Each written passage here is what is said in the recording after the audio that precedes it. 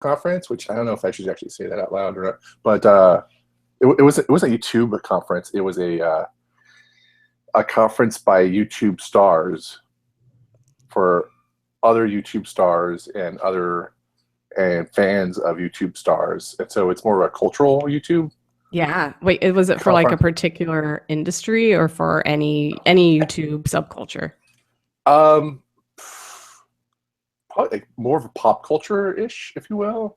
So I mean, I hate to say, because I think there's like lots of subcultures or like lots of cultures on YouTube, like model train cultures, but it was mostly pop culture. I'm gonna just say tweens. There were just so many tweens. I was not expecting so many tweens. But it was run by Hank Green and his brother. So I'm not sure if you know them or not, but yeah, they're pretty big on the internet, on the YouTubes, and so it was just fascinating how meticulous everyone's hair was. But it was also in LA, so I had to give a grain of salt with that. Like it was just like, and it looked like the web had grown up in a way. Like it just, everyone, YouTube has grown up, and like everyone was like, looked like they were ready for TV, like ready for their, their camera spots or anything like that. And one thing I noticed was that everyone just had this like awesome backgrounds in their videos now. It's just like, it wasn't just like, yeah, just like this dorky computer lab office or whatever like that. Not to take any offense from your orange background. No. I know. Maybe I'm being minimalist on purpose. Yeah, there you are. So there you go. You're counterculture. I don't know. My niece is a makeup vlogger. Oh wow. Okay, there you go. So you know all about it. Oh yeah, no, it's so interesting. She has like a whole room, and it's totally like she changes around the room like all the time because she's trying to find the perfect setup for the perfect background, like for the videos. And yeah. So like, see now I feel like more shallow when we first started talking. So, but how many subscribers does she have on her? I think she's been doing it for like about a year, and she has like 7,000. Oh my gosh. She's killing it. I'm in the wrong industry. I'm going to makeup. I'm so proud of her. And of course I'm like, you got to make money off of this. Like now, like, do you have your domain name? Like I'm asking, I'm like, do you have a website? She's like, I don't think I need a website because everyththing's on YouTube. I'm like, what? No way. No. You need a website. Yeah. Yeah. And it's, you definitely need a website just to have everything local and, just a central repo. It's just have everyone. I think people will find her on YouTube just fine. It's just having a good repo for people who need to stumble into it, like via Google and some of that too. Right. I mean, my website now is basically my name and links to social media. Yeah. I totally did the research. I totally found it. Yeah. I was just like, let's just do research. I'm Brenda. Let's see. Okay. Right. GitHub.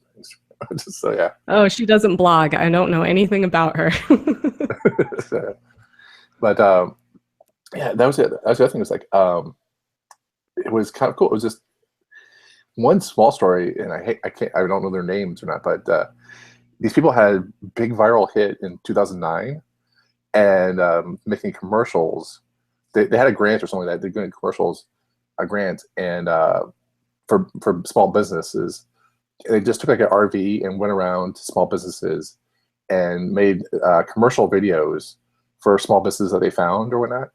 And they did this one for used RV homes, and it was just such a big hit. It was so awesome. It was just, it was great. And I walked into this room, because like one of the things we did last year was just go to conferences we would never totally go to, and this is the YouTube one. They were like, but we would never go to a YouTube one. Like, why would I go to YouTube? And so I just walked to this room, and here's these guys, like, 6 years on, since that viral video, and they have their own, they have a YouTube empire. They have roadies, And how do you have roadies when like everything's virtual? People come in, set up their mic stands, set up boob stands for the mics, get their laptops out, and they just show up and just sit down and start recording. And so they did like a live podcast recording for the show. It was just like, and then when they're done, they just walked out, got out of the room with the exit. Massive fans rushed them, and their groupies just got up and deconstructed laptops and mics. It was really, I mean, I learned a lot in that 2 seconds. I'm like, holy cow. Do you go to like different conferences just to experience what different conferences and different cultures outside of tech are, or why are you? Why? Yeah, just research and just see how people are doing, what they do. Events, like if you had told me like growing up that I would have been an event planner, I would just told you you're like stupid crazy, because like I'm an introvert. I don't function well at parties. You know, I'm a wallflower, you know, so to be able to like, now that I've been doing it for 5-6 years or whatever, just to and to be an event planner for most of, I think it's like mostly introverts, you know, there's some extroverts, is kind of challenging and daunting. It's a really interesting challenge too, and so I just want to see what other industries are doing it, because I don't want to be have the like feedback of trying to do the same thing that other people are doing, and it's like a photocopy of a photocopy of a photocopy. It's not going to ring true or be all authentic. And you know, and sort of like just by traveling, you know, you learn some more and you appreciate your home better. And you know, you bring some of that what you learn back to it. So that's is that too deep of a answer for you? Is that No, that's a really good answer. Yeah, okay. I'm also thinking like you can be like, what conferences are coming up in Hawaii that I should check out? Oh, I can write this off. Yeah. Well, our first conference was in Hawaii, I'm sure. Yeah, our first CSS DevConf was actually in Hawaii. Oh, it was? Wait, yeah. You can't tell me where. I really want to know where it is this year. Is it still a secret? It's still a secret. We'll be announcing it this year. I mean, this year, it's coming out. Yeah, it's this week. So it's I don't want to get anyone's hopes up, because I feel like we've just been riding this great wave, and I feel like it's gonna be different this year. But it's still gonna be, I think, DevConfish in some ways. So I'm not really sure that it really helps sell it anymore. But speaking of CSS DevConf, I was actually researching, and you actually went to New Orleans one, is that right? Yeah, I did. As an attendee, right? Yes. Okay, yeah. Cool. I was like, oh my god, she went there. And so what was your impressions of New Orleans just as an attendee? As one. Well, first, just of New Orleans as a town, that was my first time, and I fell in love. I think it's like my new favorite place in America, and I have like a big birthday coming up, and I think I'm gonna go back for my big birthday. Oh, nice. But yeah, as a conference, I mean, I've actually never spoke at a conference before speaking at CSS DevConf. That you were my first conference this last year. So I purposely applied to your conference because I liked the format, especially as a first-time speaker. I thought I really liked that if my talk was accepted, it was because it was voted on, because I think the scariest thing is going into a room and not sure if anybody's going to be interested in what you're speaking about. Yeah. I like that it had different tracks too, so the people who were in the room for that. But overall, like I felt like as an attendee, it was I also like the first night was by myself. Like I had a colleague who was with me for most of the conference, but wasn't there the first night. So I walked into like that, and I'm a social introvert, but like walking into a room of people you don't know, like in a career setting is probably one of the most intimidating things, right? But like I met people right away that night, and found it to be like a really welcoming conference. I had a great time. Oh, nice. Yeah. And learned a bunch. Cool. Yeah, that's a side effect of going to. But you spoke at other places beforehand, like meetups and stuff like that too, right? Yeah, I've spoken at meetups, and then I used to help run a meetup too in New York, like a pretty good meetup, Manhattan JS. Yeah. And there's our famous sibling is Brooklyn JS. Yeah. Which it's just like the most fun meetup ever. But we're pretty fun too. Manhattan JS is super fun, super cool. So I like getting up and talking in front of people. That's fine. That's fun. Okay. So. Okay. So what what makes Brooklyn and Manhattan JS so fun or unique? I think like there's just like a very casual, welcoming environment. Um, Somehow the crowd that comes just really wants to talk to each other, and it's all devs. Like the recruiters don't get in there. And I don't know if it's because I mean I kind of got exhausted because there's Jersey script, there's in New York there's Jersey script, there's Queens JS, there's Brooklyn JS, and Manhattan JS. And Jersey script will usually happen once a month, every other month. You kind of never know where it is. Jen Schiffer likes to kind of like pull it as a surprise. Yeah. But the other three are very regular and are on a different week each month. So like you could probably go to a JavaScript meetup every day, like once a week, every month. And so I was trying to go to all of them. And I was exhausted, but I also got to like it's a lot of, there's a good community. Like we've made like good friends, and people have made good contacts and gotten good jobs from each other like over the past couple of years. Like somehow all together, we've all built like a really nice, open, welcoming community. Yeah. That's an important part, right? That's magic. Awesome. Yeah. Yeah. That's not magic. You work hard at it. Like you, you apply it. Like it's not easy to put on a event, much less multiple events, I think. So yeah, I can't imagine what it's like to put on a conference, because even putting on, like a meetup once a month, that's a couple hours. It can be really daunting, and the last minute things, and definitely.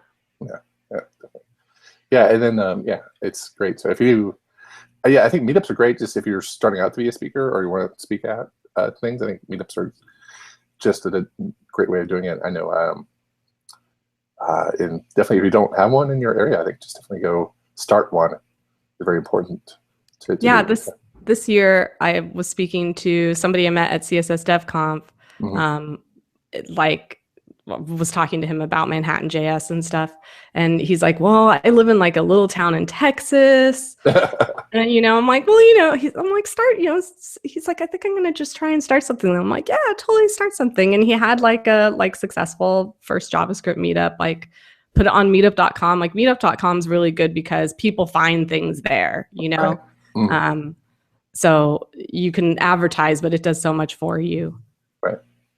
Yeah, that's definitely that's where I find most of the meetups, because in Austin, just because there's just so many to go for. I mean, I used to live in Cincinnati, where there was maybe like one web standards meetup a month in Cincinnati, because it's Procter and Gamble not owns, but pretty much like owns the town. Owns the town pretty much, and so they're like brands, and so they're big into Flash to push their brands and stuff like that. So they didn't really care about Flash, anything other than Flash at the time. So I actually had to go to Dayton and to go to a meetup and stuff like that too. So which is not bad. It was like an hour drive, which is not that bad, but it was just, and that's where I met Ben Callahan from Sparkbox out there. So so it wasn't bad. So yeah, it was, and it's a cool story too. But because that's the first time I met Ben, and I asked him about his iPhone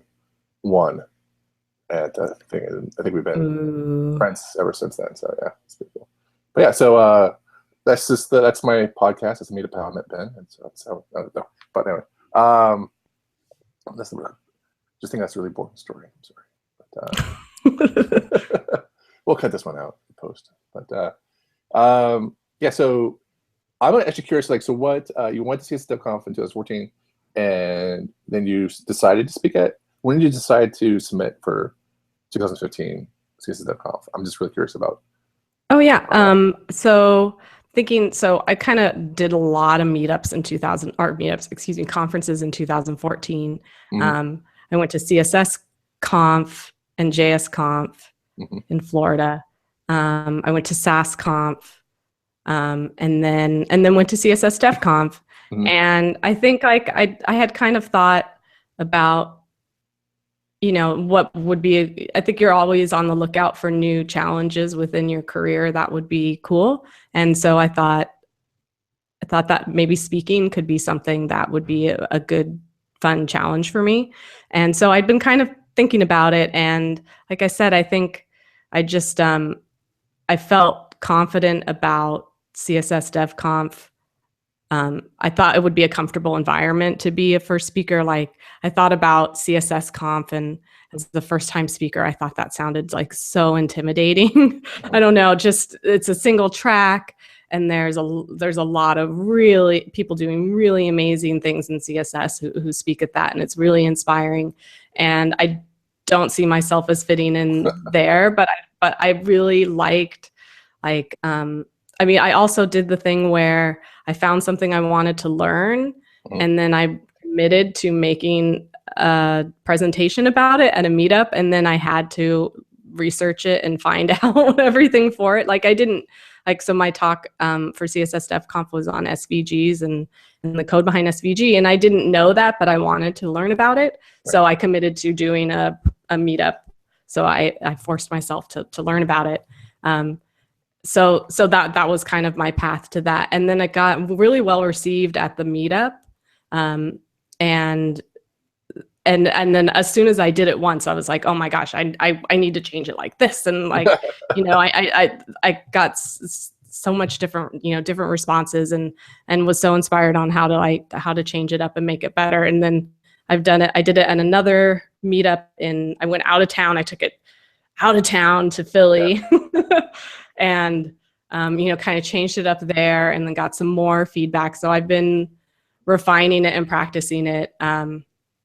But I think also because of the 3-track format, it was good for CSS DevConf because, well, also as SVGs, it doesn't fit totally into any category specifically. And I'm not really talking about using CSS with SVG very much. I'm really just talking about SVG. Right. So it fit into that format well, and it could be something that people already knew about, because since it is really fundamentals and basics, that I think it worked well with a multi-track conference for people who were interested to come check out. Right. Well, I heard a lot of good things about it, and I couldn't attend the actual presentation, but I like the idea of shopping it around, if you will, like just workshopping it at your presentation at meetups before you go to a conference. I think that's just a really smart idea. And it's actually an idea because I was reading, Mark Twain's autobiography, which is just came out like not too long ago. But even he would go back and he would do the whole like speaking circuit tour, you know, to make extra money and do that. Yeah. And he would actually go to small town USA for the first 2 or 3 cities on his tour, just to work out the kinks in his talk. Because by the time he hit like New York or Boston, people would write reviews about his talk, and if it wasn't solid, he'd get bad reviews, and he wanted to avoid, you know, all that bad publicity too. So this is like doing the meetups thing is sort of like this rite of passage that's been going on for, you know, forever, pretty much. I mean, this is like how we how I approach web development too, right? Like we do something, we put it out in front of people, we get feedback, and then we adjust it, and then things are constantly, I mean, I think that's what makes web development exciting, is that nothing's ever finished. It's not like print. It's not like you send off the files and then you hope for the best. Like, you can always constantly be changing it and improving on things. Exactly. That's great. Well, that's a good segue, because we always ask people, like, how did you get involved in the web? So how did you find the web, or how did you get to the web? I was originally in college. First time around in college, I was a psych major with a minor in Italian. Wow. Okay. We go together really well. Actually, my dad said, because my mom's Italian, he said, if all Italians are like your mother, you'll do very well. That mix. Anyway. So I had wanted, you know, I just kind of chose a major because I was young and I had to choose a major, and it seemed interesting, but I didn't know what I wanted to do. So then when I ended up studying abroad in Florence, Italy. Oh, nice. Oh. And that for a year. And then I came back and just had 1 year left in school and like a couple of classes left to take. But basically that year abroad, I was like, I don't want to do anything I wanted to do before. Like, now I'm like so inspired and the world is so interesting, and I just want to come back here. And And Florence is like one of the beautiful cities in the world too. And I know. It's also like so beautiful with like no trees. Like I don't know any place that's so beautiful that's like has no foliage, like in the city. It's like marble and cement and brick and it's beautiful. But I came back and I had my senior year and I was like, I don't like my major. I don't know what I want to do. I'm graduating. I went to school in a small town in Northern California where there wasn't really any industry around. So I didn't graduate with like really any applicable experience. So I was freaking out and I couldn't really sleep. And I had a bunch of friends that were computer science majors. I hung out with the theater kids and the computer science kids. And I don't know, it makes sense somehow. Yeah, it does. And some of my computer science friends, I think I like mentioned Photoshop or something or wanting to know that. And they're like, oh, I can get you a copy, very legal copy of Photoshop if you want one. It's like, yeah.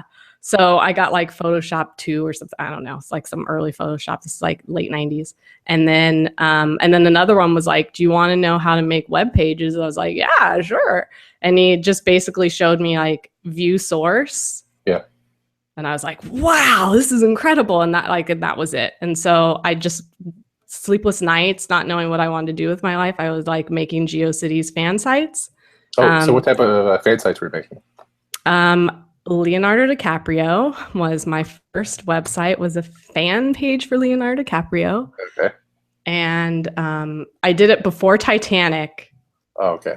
So I guess that was like 90. I guess it was before I went away to Italy. Yeah, but it was before I went to Italy. I started fiddling around with things. So it was like 97. And yeah, and I'd get emails of people who thought I was Leonardo DiCaprio.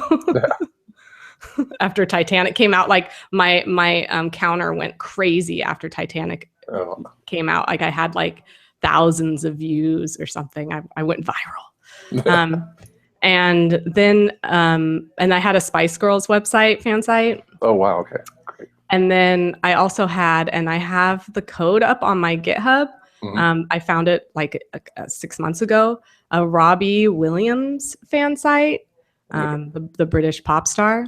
So when you say you found it, did someone like you just found it on your hard drive, or you like someone stored it and saved it? And I found it in like an old, like I'm a digital hoarder. That's good. But I can't ever find everything. But I still have like floppy disks from high school and stuff that have my papers on it that I'm sure are really, really interesting. I don't know why but I hold on to them. I'm a digital hoarder. That's so great. I knew I had probably kept this somewhere. Like I'm sure my Leonardo DiCaprio site's somewhere and I can't find it. But the Robbie Williams site, like about 6 months ago, I just found like a CD-ROM and put it in. And I found this side folder and saw all these text files that were named Robbie something.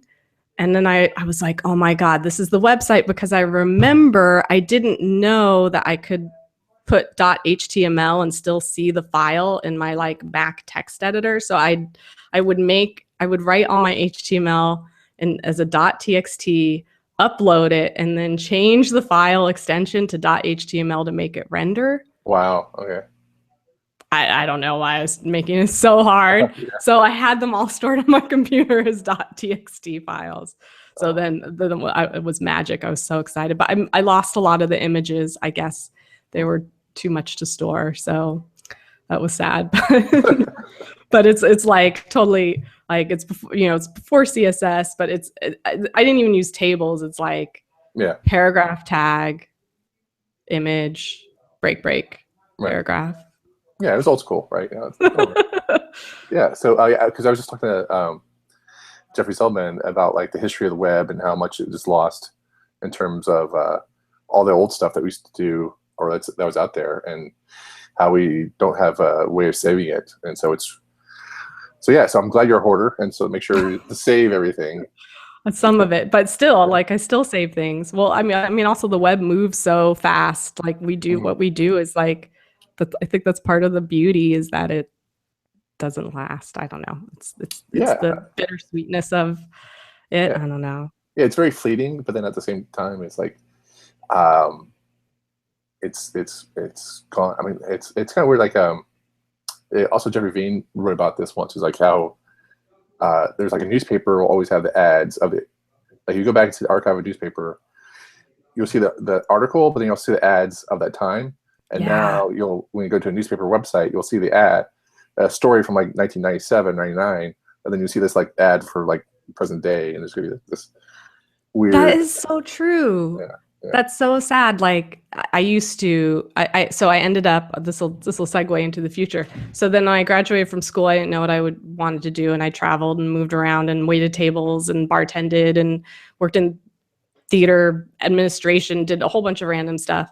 And then I ended up eventually going back to school at FIT in New York for just communication design, graphic design. Mm-hmm. And I used to go to the library there and look, they had every Vogue magazine from the beginning of time until present, just in the library that you could check out and look at. And I'd love to like just go through there and look at the ads. Like, that's it, you know? Or if you ever find like an old VHS tape of like you taped TV, I'm always like, oh, I hope I didn't tape over the commercials. Like I want to see what the commercials, I want to remember the commercials. There's a couple guys, they go around, I don't know, it's called found footage or something like that, but they stop by Austin, and they go to movie theaters, and they actually showcase like old TV from VHS tapes that they find at stores or whatever like that. So it's like, yeah, it's awesome, and they charge like a little bit of money, for a ticket price, but it's totally worth it to see all these weird infomercials that people like when they. Oh, I love that. Yeah, so I'll try to find the URL for it, but. Oh yeah, no, I want to see that. I love all that, because there used to be such a little shared cultural experience about commercials. You know, now we all stream everything. Yeah, and then this is like, you know, like even Hulu got rid of commercials, so you don't have to upgrade to get rid of commercials. Which is so great. Oh my gosh, it's the best $2 a month I've ever spent. Oh my god! But I feel kind of weird because now, like during commercials, I usually get up and do something like a micro task, and now I'm like, okay, like I can still hit the pause button, but I don't. You know, it's like. Do you watch sports? Because if you watch sports, we still have to manage. Oh that. Yeah. So we watched the playoffs yesterday. Okay, yeah. Okay, 1 second. My dog just ran out, and he's out in front yard. He got out of the fence somehow, so I have to go get him. Okay, So, go get him. Okay, sorry about that.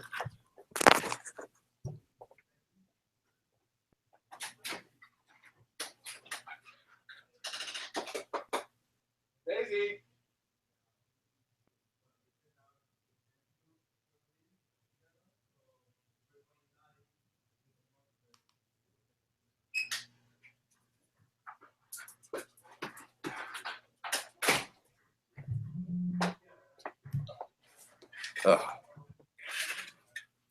What kind of dog do you have? Sorry about that. What kind of dog do you have? It's a pointer mixed breed. She's about like 10 years old, and so she just we have a really kind of a bad fence. Like so she just push the door open if she really wants to get out. So every once in a while she wants to gets out, but she knows where her bread is buttered. So she doesn't go too far, but she's not the smartest bulb. So I'm really worried about her getting run over. But yeah, so she'll get out. It's like, haha, I'm out, and then she comes right. Usually she comes straight back to the door. It's like, I'm done. I don't want to go outside anymore. But this time I saw her like out in the window reflection, like near the street. And I was like, oh no, gotta go get her. Anyway, sorry. Where were we? I went back to school. So okay. I went back to school for communication design. This is the mid 2000s. Mm-hmm. And I basically did nothing with the web in between because I just didn't, I'd never thought about it as a career. I never thought about tech as a career. Like I grew up in the Silicon Valley, and I thought I was not a tech person at all. I moved away. Why do you think that? Because I think I grew up with the like, oh, tech is for people who are good at math. It's all math, and it's. I also think that there wasn't anything like what started to get me excited about computers was that when they got visual, you know, when screens turned into color. And, you know, I mean, when I went to school the first time and when I grew up, it was like green and black screens, and, you know, it was old. It's old school. Monochrome, yeah. Monochrome. So and it wasn't anything my parents did. Like, we lived in Silicon Valley, but my parents were like a teacher and a bus driver. So it was always around, but I wasn't ever immersed in it, and we didn't have any computer science classes or anything, because I just had no exposure to it. Just had friends who did it, but like, you know, besides, and I thought like, you know, the basic HTML I learned in college, I just thought that was like super, you know, super easy, and everybody was going to know how to do that, you know, and everybody was going to want to do that. I didn't think about it as anything applicable at all. And it wasn't really it was barely like front end development is also kind of a new, or it's a newer career path too, you know, in the past 10 years. So I think like what I do now didn't exist. It definitely didn't exist 10 years ago as a developer designer. So even web designer kind of, you know, like that existed, but it wasn't like, you know, it was like the graphic designer who now is making web pages, and they were getting sliced up, you know, except for in, I guess, bigger places. But so when I graduated from school in the second time around in super debt, and so I went back to bartending and waiting tables, and then did like little, you know, did whatever I could to like build up my portfolio on the side. And then ended up really taking like a huge stab at like, okay, now I've got to like make the transition full time. I like tried, you know, I risked everything to go back to school for this, and I'm not doing it full time, and I was burnt out of the restaurant industry and all of that. So I saved up and decided to quit my job and pursue full-time design. And I did all of this with the goal of like 6 months ahead of time, saving up. To January 2009 is when I'm going to like go out on my own. And then everything like went to pot at the end of 2008 in the economy. It was too bad. Like I was on my, like I'd already decided this, like I couldn't go back. So I had a hard time at the beginning of finding work. And I ended up finding like a 2-day-a-week job with Disney in their marketing department for their publishing. Not even as a designer, but just as they needed somebody who knew basic HTML, who could update their custom CMS with new content once a month.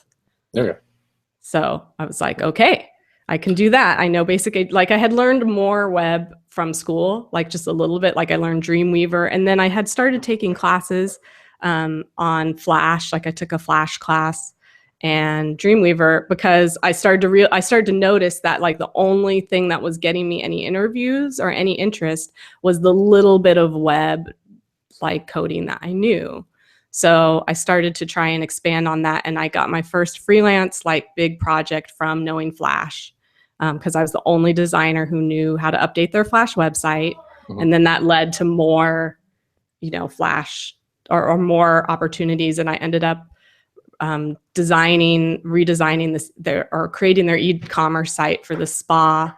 And it was my first big project, and it was in Magento, and I learned how to like code in an application and all of this.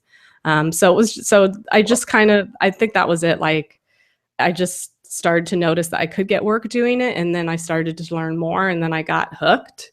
And then I also took classes with Girl Develop It when they were starting out in New York City. So you went to FIT, right? Yeah. And that's in Florida, right? So no, there is a FIT in Florida. Okay, so which FIT is this? I went to FIT in New York City, which is the Fashion Institute of Technology. Okay, gotcha. Okay. Which people always don't realize that they do more than fashion. I mean, they do mostly fashion stuff, but like they do have like a regular design department. Okay. Which is where I was, but it was like a school with like 90% female. So you're in Silicon Valley. Yeah. When did you make? Sorry, I want to go back just a little bit. Yeah, So yeah. when did you go to New York? So I grew up in Silicon Valley until through high school. Went to Cupertino High School, and then went to California State University, Chico, in Northern California for like my first undergrad. Mhm. And then right after school, I moved to London for about a year. And then moved back to Silicon Valley. And this is like when tech was boom, like right before the first bubble burst, like tech was booming. All right. And then left. I moved to New York a month after September 11th. Which was a really weird time to come to New York. So, so I spent a little time in Silicon Valley after, like in the early aughts, and then moved to New York because I really liked living in London, and I wanted someplace that was like a city with lots of other things going on. Wow, well, that's definitely so. Yeah, and New York after 1 month after 9/11, you have a pretty unique. I'm sure other people do, but you have probably a unique view of it, of what it's like life in New York. Like it's could be different than what's possible. Yeah. I think like. I don't know. I mean, I visited before I moved there, but I moved to a city that was healing, and I don't know what it was like beforehand, so I kind of missed that comparison. Yeah. But you've traveled all over, like Florence and London. Holy cow. So that's awesome. And then my one question, I did want to back up just a little bit and say, like, I think it's awesome. That's why I want to go back to it. But you just said, like, I'm gonna go for it and make it in 6 months, 2009, right? Just go January. What steps did you make? Like, did you have a portfolio ready at the end of the 6 months? Did you what did you have to like go for job interviews and then have them lined up? Yeah, that was hard because the program I was in at FIT, it was a 1-year program, and it was their Associates of Applied Science, and it's meant to prep you. Well, it's supposed to, they advertised it at the time as it's meant you can get a job in your field with that 1-year program. However, or that with that degree. However, all of the classes and all of the prep to help you get a job are in the BFA part of the program, which happens afterwards, which I didn't take. So there was nothing in my preparation for that year that like taught me how to look for a job at all in design. I went to the Career Center, and the Career Center was kind of helpful, but just because FIT is so fashion oriented, they had more information around the fashion industry, and even the design jobs that they had were all fashion industry oriented. They were like design graphics for t-shirts, and that's not my wheelhouse at all. Right. So I found like pretty quickly, just for what I was looking for, they weren't gonna really help me. So I like bought books about how to design, how to design portfolios. Like I had no idea what would be expected in an interview. And it was kind of at the time where it was still expected to have a like portfolio book. Right. But I also made a website too, because I was like interested in that, and I thought that was cool, and it was Flash, of course. But a lot of that was like, buying books and doing my own research. And I'm sure I was researching online too, but I didn't have, I must have also talked to teachers too before I graduated to get some advice. But I did feel kind of alone. Also, like a lot of my friends in the program either went on to the BFA, or they were international and they graduated and they moved away. So I felt kind of alone in my little design world, figuring that out.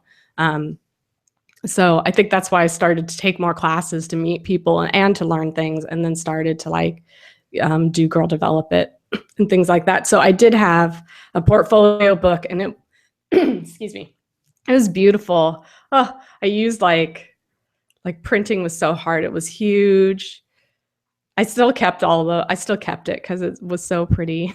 So what do you mean by huge? Like what's the size?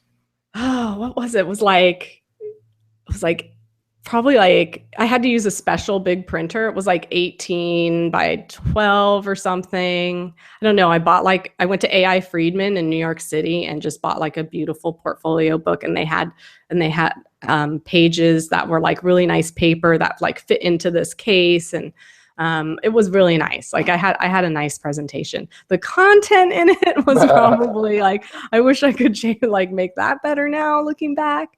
But I would apply, and I was on there was like one creative website that had a bunch of creative jobs on it. I think maybe it was Creative Jobs or something. I can't remember what it was called. And you could have like a little digital portfolio on there. And that, I think it was like one of the first places that like catered to something like that, like catered to an industry where you wanted to show pictures, images. And I mean, there were so many people looking for jobs at this time. There was just, I would get barely any response, and like I couldn't get recruiters to call me back. And so I think I went on 2 interviews for like full-time jobs, and one was for a packaging, like entry-level packaging designer. Mm-hmm. And I remember when I got there, they had, he told me that they had 400 responses and they were interviewing 50 people for 2 positions. And Wow. the way he said it, like he basically looked at my book and then told me this. And I was like, he's already letting me down. Yeah. But then he kindly like went through my book and gave me some nice feedback. So it was a really good experience, but I was like, wow, I'm not gonna hear from them. Yeah. It was hard. That was a hard time. Oh man. Yeah, I mean, yeah, it is hard too, just trying to make it, and so that's why I just want to see how you try to break into it, what you did, and let people know. Because even in my industry, like when I went to college and I learned web stuff, it was they didn't teach anything about how to get a job much. Yeah. They were just we still had to make a portfolio, but like my portfolio was like 1 week of the last semester of my last year in college. I'm like, I think I should have probably spent more time on this at some point. Yeah. And even then, I think I was printing out browser screenshots and pasting them on paper, and like this is so useless. But there we go.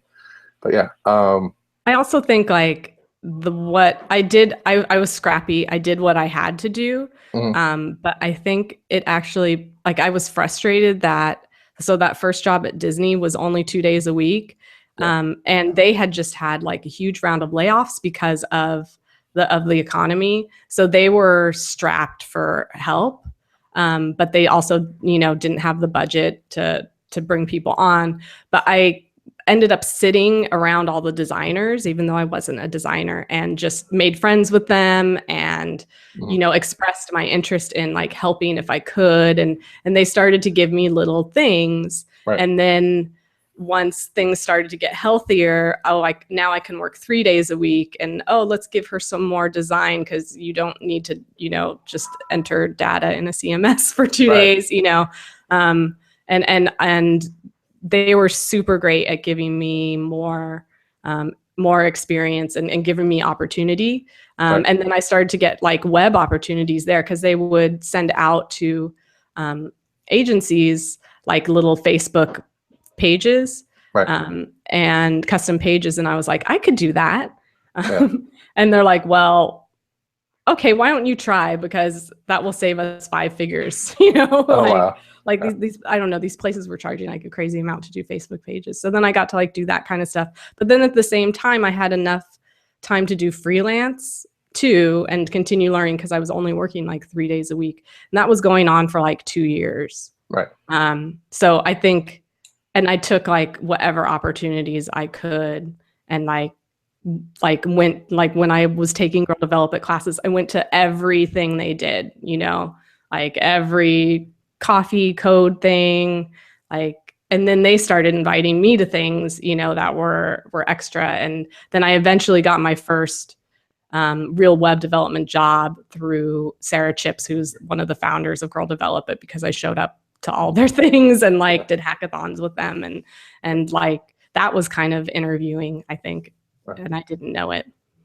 Yeah, and Girl Develop It has a chapter here in Austin, and I love it because I audit or I help BTA with that when I can, and it's just awesome resource. So it's out there. So I definitely encourage people to do it. So yeah, it sounds like you were like doing great. You're like, I mean, it would, and I just want to like it. I mean, you said yourself. I just want to underscore that it wasn't overnight success. It was like, oh my gosh, day by day. No, I mean, I graduated from my design job in 2005, or from my design program in 2005. Yeah. I remember interviewing right after I got an interview for a design job right after I graduated, and it paid $28,000 a year, full time in New York City. And I was like, there's like that just dejected me. That's when I was like, okay, I'm just gonna wait tables for a little bit again and get back on, you know, like there's no way. So no, not at all. I don't think I had a paid day off in my life until like 2010. Yeah. And Jessica Hish would probably tell you the same thing too. It's like, because she worked her butt off until to get where she's at, and she like worked the same thing. It was just like nonstop for years till a very long time. I don't know. I've got like 5-6 years or something like that. So she never really I think like it still looks like it's hard from what I see, like graduate, like still to get that first job is still hard. I think like maybe it's better in a booming economy, but maybe not. I mean, I think we still suffer from everybody wants somebody. They don't want to train people. They want people who are ready to go. Right. And it's really hard to find, and you need to like a proper junior job. Like juniors are great and they can bring so much to your team, and then you can also, but they also need a senior, you know. I think I see a lot of places that like want a junior because a junior's cheaper. But that's such a bad situation for a junior because they need somebody to learn from too, you know? Right. Yeah. It's the constant learning experience. You need someone to help guide you. So it's pretty good. Yeah. So I'm glad you turned down that job for 28,000 because during the boom of the web, the first boom, I was at a dream job that I had, wasn't getting paid a lot for it, and then a call from New York City came up and said, "Hey, would you like to work the web job at DC Comics?" And I was just like, "Oh my God, how did you find me?" And I had written an email to DC Comics like years ago. I can't even remember what year it was. It was like years ago, saying, "Hey, I know some web stuff. Can I help out?" No reply whatsoever. And the guy said, "Yeah, I'm a hoarder, and I just saved your email with like all the other emails I save, and I remember your email, and we have an opening, and I wanted you to come out here." And it's like, "Oh my God, how much is it?" And it was just like peanuts. I was just like, "Oh, like this is like," because they expect they're like somebody who's into comics is going to come and work for us for peanuts. Do you think like that was it? Somebody did probably too. I would probably, like, you know, if I lived in New York, I would probably jump on it. Yeah. Probably, but I was like, I didn't live in New York. And my only regret is that to break into comics, like then, because you're like Marvel and DC, it's like, you don't, it's like, what Scott McCloud or like Mark Waid was like, there's a way to break into comics. And once you do that, that same way will never happen again. Like, so it's because people just like, so like, I was like, oh, I could have broken into comics by way of the web portion of the job, because a lot of people just, you know, they're like, they do something else and they know someone or whatever, like, but they don't really like, it's really hard to do, like, break in the traditional way, if you will. Yeah, I mean, I think like that, like I couldn't get a design job, so I got like this like content management job, and then like wormed my way in. I also think that I don't use the word worm. I don't think that. I think you earned your way in. I think that's a good way. I charmed my way into. I think like, I mean, I also took a lot of jobs that were that I was underpaid for, you Yeah. know, like, and that's okay. I think I had to weigh it. Yeah, and I had to learn along the way to be a better negotiator too. Hmm. And I had to learn my worth along the way. I think that was always really hard Hmm. to understand your worth. I think also, What, especially, what's one lesson that you learned about your worth that you feel like I like? What's one thing that you feel like if you had one lesson you would have to pass on to someone about that? oh boy. Oh, I'm going to say the first thing I was going to say while I contemplate what to answer that. That's a Okay. really good question. The first thing I think was like the jobs that didn't like the I can think of jobs that didn't pay what the work I was doing was worth, but I knew I took it and I got something that moved me forward with it. Like I was still getting something, like it wasn't just a paycheck, it was Hmm. something that was giving me something. And then I found and I was so scared to ask for more money and raise my rate. This is like as a freelancer. And then when I did, it was like it's like they were waiting for it. Like it was no big deal. I can't think I've ever been told my rate was ridiculous or turned down. I've negotiated and gotten better at that, but that's not something like I'm not even the person who wants to go to like the flea market and negotiate, or like I hate that. Like I hate Yeah. it's just some people love that, and that's just not, I just hate it. I just want it to be done. I don't want to deal with it. But even now, I don't know. I was talking to a colleague about how um, she was saying that she manages men and women, Hmm. and that the men, when she says, oh, you know, great job this quarter, we're going to give you this amount raise, and they'll always be like, oh, actually, why don't you give me this? Like they'll Yeah. always ask for more. Yeah. And the women she manages never do. And I was like, I'd never done that. I never even thought about doing that. Yeah. So so I still have things to learn too. Yeah. It's an ongoing process. So yeah, but yeah, I think it's always hard just because you want to like. I always have trouble valuing like self worth and what to put on a price for time, and because it's finite, right? So you're never gonna get that hour back Yeah. or what that Yeah. time. But yeah, I and I do think like. also, oh, Go go for it. ahead. Go for it. Oh, I was going to say, I think like as much research as you can get about what you're doing and what your industry is and what the going rate is where you are, like as much as you can get is Mm, going to make you feel more confident mm, in negotiating. So I'm all about the research.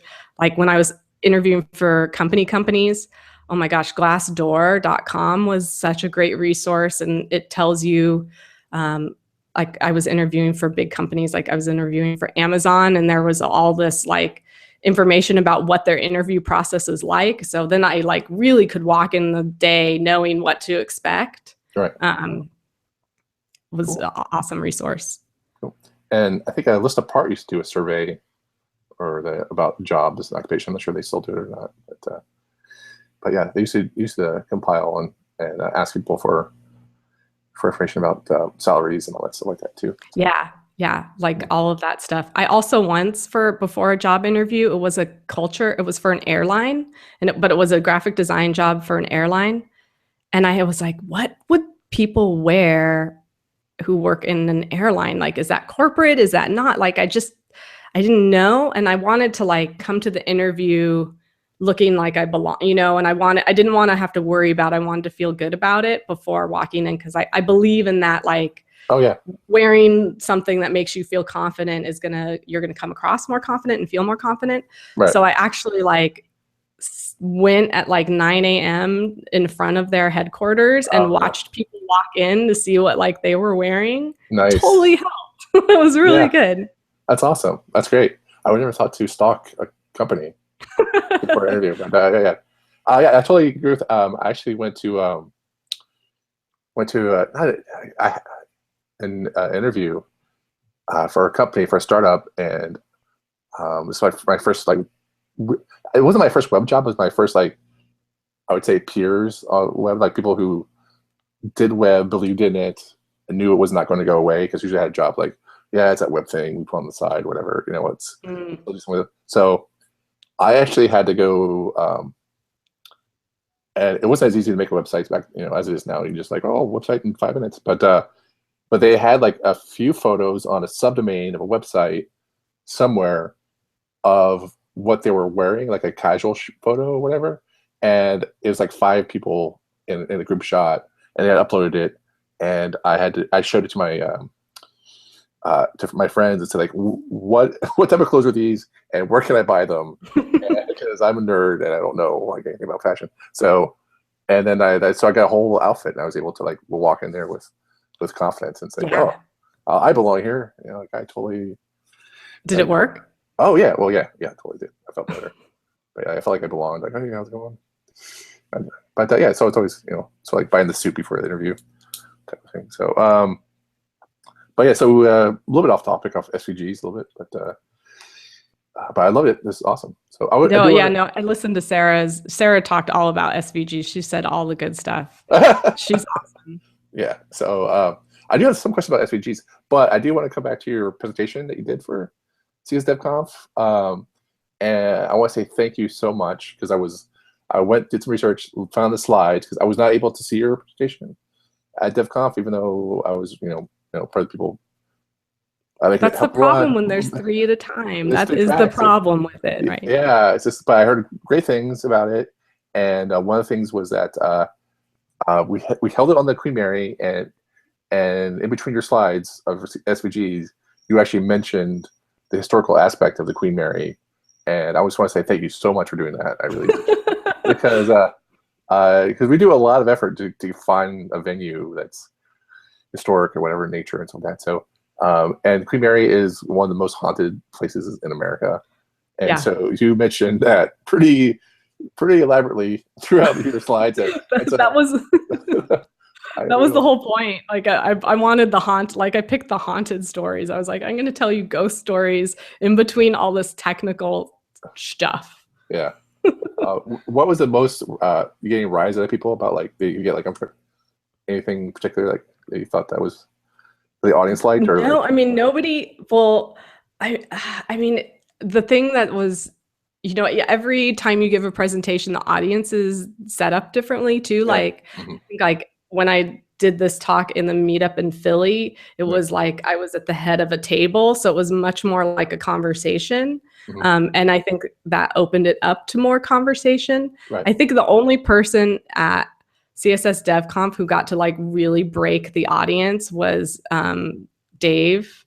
Oh yeah, really? Okay. But I mean, I think like that's what he does. Like he's one of the funniest people ever. Right. So, but like I wasn't getting reactions. I was trying, like, I try to put it out there, and I would love to hear better techniques on this too. Like I start the slides with like, I'm Brenda and I work in ThoughtBot and blah, blah, blah.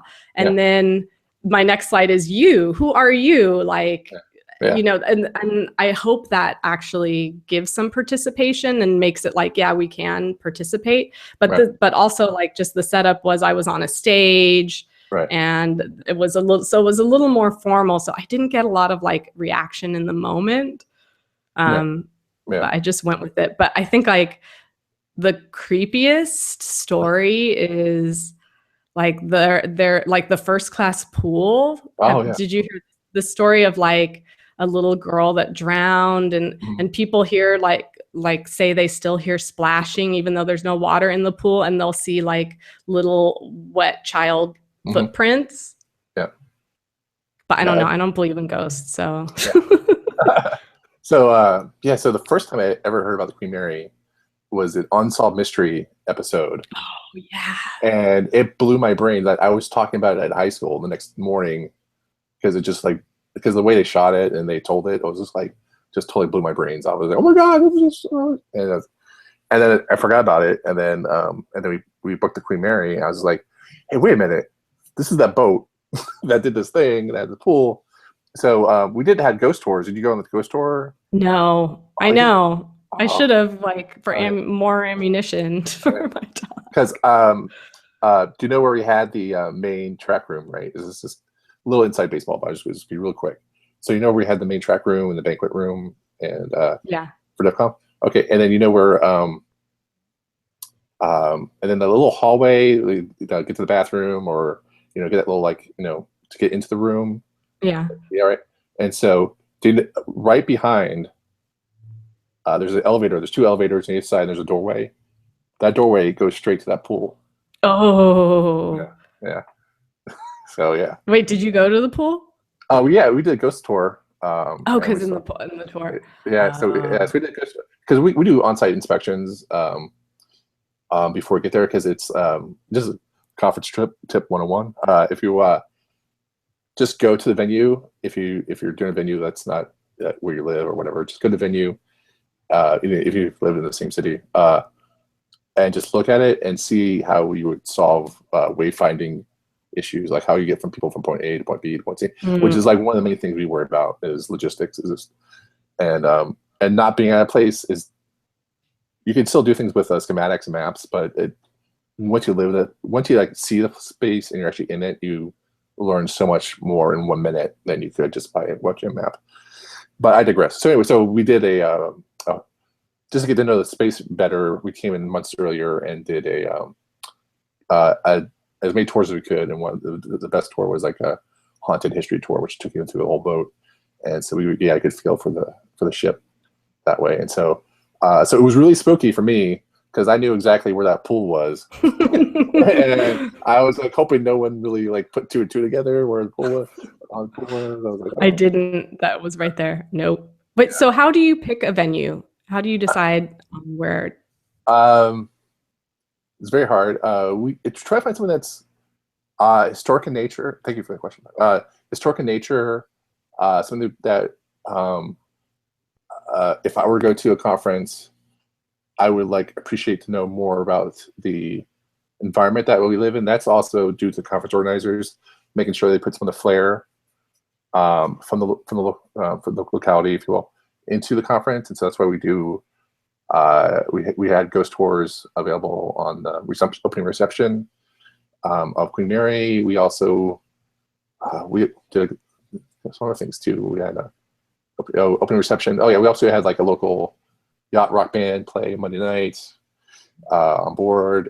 We held our yacht rock party in the same space where Bob Hope performed. Oh really? I didn't know that. Yeah. So it's an Art Deco museum. The boat is the Art Deco museum. Yeah. They actually have Art Deco conferences every year there, because it's like a living museum, pretty much. And so that's just one way. And then also it depends on, I feel like just by staying in the venues, I feel like you give kind of a vibe for, we did Queen Mary, we did New Orleans, but New Orleans we actually did it in the only family-owned hotel in French Quarter in New Orleans. And so really, all the other hotels are not to say they're really bad, but like Hilton or Radisson or whatever. But so on that type of scale, so you can still probably get a Airbnb if you want to, but and to that scale, that's the only family-owned hotel there. So, and it has its own unique, you were there, it has its own unique style and architecture, and the staff is just top notch. Love them. That's awesome. I appreciate that. I also really appreciated the tours and the parade and the New Orleans, all the non conferencey tech stuff and of the conferences I've been to of yours. Great. Yeah, I totally forgot the parade. So the parade is total New Orleans, right? It was just so people who are listening, we did a parade from the hotel. We go through French Quarter. We went down Bourbon Street for a quick block, and then so we could actually say we paraded on Bourbon Street. And then we went to Jackson Square, where we had either you pick a ghost tour, a history tour, mob violence type of history tour, and then a voodoo tour if you wanted to. And then so you'd split your own way out, and then they would all dump you at Cafe du Monde on the other side of Jackson Square. And so that was a way of really getting into the local flair of New Orleans. So yeah, and it's also a good way of being. So if you didn't drink a lot, you could still take part too. So Cafe du Monde doesn't serve alcohol, and parade's awesome. So you just walk down there too. So the parade's great, and you tour is great. So I felt like we did a really great job in trying to get people to see the flair and nature of it, and also get people talking to each other. Because that's another thing that's really hard, is to get people talking, even though they share the same space for 2 days. Yeah. So you never get.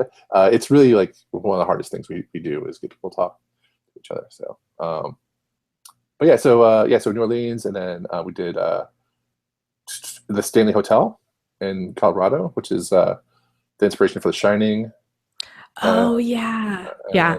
But I remember seeing that, but like kind of when I was like, I want to go to conferences, and I saw that, and it was like just happening, or it already happened, or I was like, I can't go by myself, I think. And so, yeah, that looked cool. And then that was beautiful, just because they had like the Rocky Mountains. You just like walked out of the room where you were, and you had just great views of the Rocky Mountains because you're so high up already. And so it was just people. And then also inside the Stanley Hotel, there's just a lot of great nooks of where you just, 2 or 3 people or 6 people could sit together in front of a fireplace and whatnot and enjoy it. And so we felt that was a really great location. And also, the claim to fame for that one, I'm going to stop talking about season.com. No, the claim to fame for that one is that we are the first people to do adult trike races at the Stanley Hotel. So because we actually talked to the venue, did on-site visit, and it was great. The people were great with the staff, and we're like, and my partner and I were like, we had this question, this idea for our event, and I was like, it's like, so like you have a question, and you say like, as I say this question, they're gonna think we're stupid, and they're gonna look bad at us, but so it's just like, and so at the end of the visit, it's like, they had like any more questions, or like looking forward to working with you. It's like, yeah, we have one more question. Would it be possible? Would it be okay if we get a adult size like trikes and race them on property? And like, they looked at us and they looked at each other, because there's 2 people, and they looked back at us like, well, we actually have 4 in storage right now. And it was like, well, what? Like, yeah, because a PGA Tour group comes here all the time, but they race them downtown, which is like, downtown is like this small downtown USA, and it's like pretty much one main street, and they just race them down, like race them down or whatever. But no one's actually raced them at the Stanley Hotel. And so we're like, yeah, can we totally do that? It's like, yeah, we're actually thought about selling them. It was like, like now it's a event add-on. I think it's, so if you do an event at Stanley Hotel, you can actually order adult tricycle. And you started it. Look at what you've done for this hotel. You gave them a whole new way of revenue. Yeah, exactly. This is Brenda, this is my contribution to humanity. This is what I'm known for. But yeah, so we try to have this local flair wherever we go and make it interesting. And so it's the tough part is the fun part, and that it's a new place every year, so we have to actually learn a new location, new locale, and stuff like that. So, well, I can't wait to hear where it's going to be this year. No hints? No hints. Sorry. Sorry. Like, I was talking to Ari this morning about it, so I was just like, we have to announce it this week. So okay. So I do want to go back to SVG. So I want to say thank you for the historical nature of that. So I do have a couple of things about questions about SVG, just so since I have you here. The history of SVG. Like, I know about SVG since 2000, 2001, when Adobe had a plugin for it, and they were trying to go against Macromedia. It's Flash. So I saw a slide. You actually had some history from the 90s. Do you know anything? Yeah, like late 90s, and it's what you said. There was like, I think it was like, I'm gonna get it wrong if I don't look at my slides, but I think it's Macromedia and Microsoft had like their own. They were trying to do a digital drawing format file, and then Adobe and Sun were doing their own, and neither were SVG, and they were competing. And then the W3C was like, no, we're going to make a standardized one. And it's from 99 was when SVG spec first came out. And then the SVG version 1.1 that we use now is from 2001. Mm-hmm. So I think like that's, I say that like I think what attracted me about SVG and wanting to learn about it is it felt like HTML in the early days. Oh yeah, in a way. Yeah. I feel the same way too. Yeah, I totally get that too, because there's like, it's like this weird protoplasm type of thing, just like things work, or they should work in my mind anyway, but they don't, and sometimes they do, and they just, you know, when you save it and it works, it looks beautiful and it looks great, but sometimes you wonder why things happen the way you do, and so then you're constantly hitting browser refresh to see what's going on. It's like, what's going on? And maybe it's because there's style in the markup. Mm-hmm. I mean, like, it's a digital drawing, so style kind of has to be in the markup, and we can extract, you know, the style and bring it into style sheets if we inline the SVG, but we don't have to, you know? Right. Like, so you can still kind of do it all in there, and more than you could ever do in HTML. Stupid I think HTML. like I just remember learning Illustrator in school in like 2004, and there'd always be like save as AI or SVG, and I'm like, what the heck is this SVG thing? This is useless, you know? Like that's how I learned SVG. It's just it was a file format I never wanted. I felt bad because I mastered as much as I could, like Photoshop in college, and I felt like I wasted some time when I should have just been using Illustrator, because then I could just, you know, I have a vectorized knowledge. I actually like, I could be like living large in the Flash years, and now we'd be like living large in the SVG years. So that was, I think I had like a really great Illustrator teacher, and I had a really terrible Photoshop teacher. So I think because like I'm not a drawer, I'm not like an artist, but like I love Illustrator, and I use Sketch. I love Sketch for mocking up web design because it's meant for that. Illustrator isn't meant for that. Photoshop isn't meant for that. Like Sketch is the best for that. But if I'm going to draw anything, or if I'm going to make an SVG, or if I'm gonna like do anything vector, I'm gonna or mess with type in a way that I'm gonna outline, like I'm gonna do it all in Illustrator still. Okay. Cool. So I have another SVG question for you. Yep. And I did talk about with Sarah about this a little bit. So I have a better idea. Viewbox versus a viewport in SVG.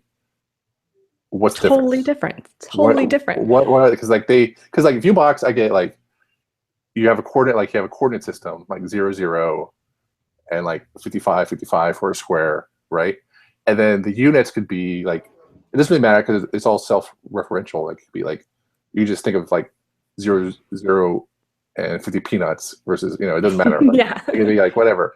But then you get to a viewport, and then you set the width and height, and you could have pixels, inches, like, I don't know. So I think about it like, I mean, so viewport, the way that we know it in, you know, front end web, is the viewport means the browser window, right? Yeah, right. So we can still think about it the same way as like the browser window is a window to our content.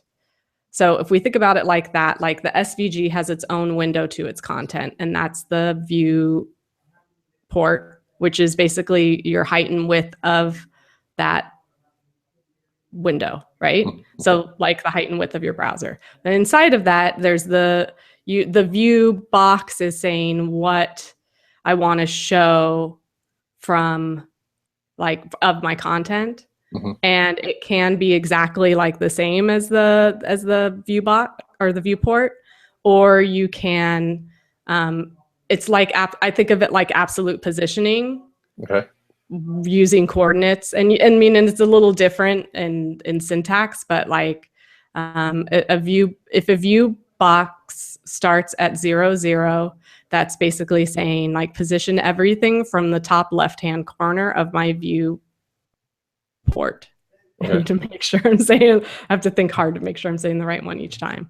So then, and that makes, so that's, I think about it like that. It's so hard. I know that this is a podcast and I'm using my hands, you know, frantically. For those listening at home, Brenda is using her hands. You can see exactly what I'm talking about with my Right. hands. That's an unfair question. I'm sorry. No, but yeah, so it's like that's what helped me grasp my head around it was like comparing it to what was familiar for me, which is the browser and positioning and how absolute positioning works to move things around. So you can, if you have coordinates that are negative, you can move things off screen in a way that you can't see, just like absolute positioning. But the difference with SVG is that you can make the area, negative, for what you see. Nice. Was that that sounded like that actually made sense? Yeah, sorry. Yeah. So SVG set the width and height of how it looks in the browser. Is that right? So Yeah. SVG, okay. Viewport. And then the view box is like, hey, my image lies in here, but if I want to move the view box, I can actually give like negative values and offset it, but my content is still there, right? Yeah. And you can still and it can zoom in by how you manage those coordinates, those 4 coordinates. Okay, so if I have 0, 0, 50, 50, how do I start zooming in? Like, what does that mean? So I would recommend playing around with it to understand it. But so if you have no strokes or nothing fancy and you have like a viewport that's 50 width and 50 height, and then you have a view box that's 0, 0, 50, 50. Right. And all of your coordinates for all of your shapes and paths and everything inside of your SVG are all within that 50. Yeah. Like everything's going to be nice and neat inside, right? Right. But if you manipulate the view box to be like smaller, and then there's coordinates that have numbers inside of your SVG that are bigger than the numbers in your view box, it's going to create some zooming effect, right? So it's all relative. So it depends on my view box can change, but if my so I can manipulate the view box, but then if my elements inside the SVG that make the image are larger or smaller, then as the view box changes. It depends on their coordinates, but right. Honestly, this is the hard. Like every time I've done this talk, I always present the view box differently because I haven't found like a way that totally makes sense or that works, and I keep just trying to strip it down to to the simplest thing. Like this is the simple way that works: 0, 0, and then your width and height, and then you can start there and then manipulate if you need to, or whatever you export. The other thing is whatever program you use to export, don't mess with the view box. Just don't touch it. Right. Don't mess with it. Just leave it unless you have a real reason to. And then I have on my CodePen, I have a CodePen collection with some really simple SVGs that are terribly ugly and simple, just simple shapes and stuff. Right. But they're really good. They've helped me to just change, when you have very little, you can see when you change something, what effect it makes on its own. So I use those a lot to try and understand, and I show those in my presentation and stuff. They're really good. Okay, cool. We'll put that in the show notes so people can. Cool. And by people, I mean me to look at. So. Well, awesome. Well, I mean, thank you so much for speaking today. Is there anything you'd like to add or ask or anything like that? No, I mean, no, thanks for inviting me to chat. Oh, no. It's actually really nice to chat with you a little more because, I've seen you a couple times and or met at CSS DevConf and stuff. But no, this has been great, I guess. Yeah. Okay. So where can people find you on the internet? I'm at brendastore.com. I am Brenda Marie NYC on Twitter. Okay, cool. Well, thanks so much for being here, and I hope to see you soon. Thanks. Yeah, me too. I can't wait to hear where the next venue is. Check out CSS DevConf on Twitter.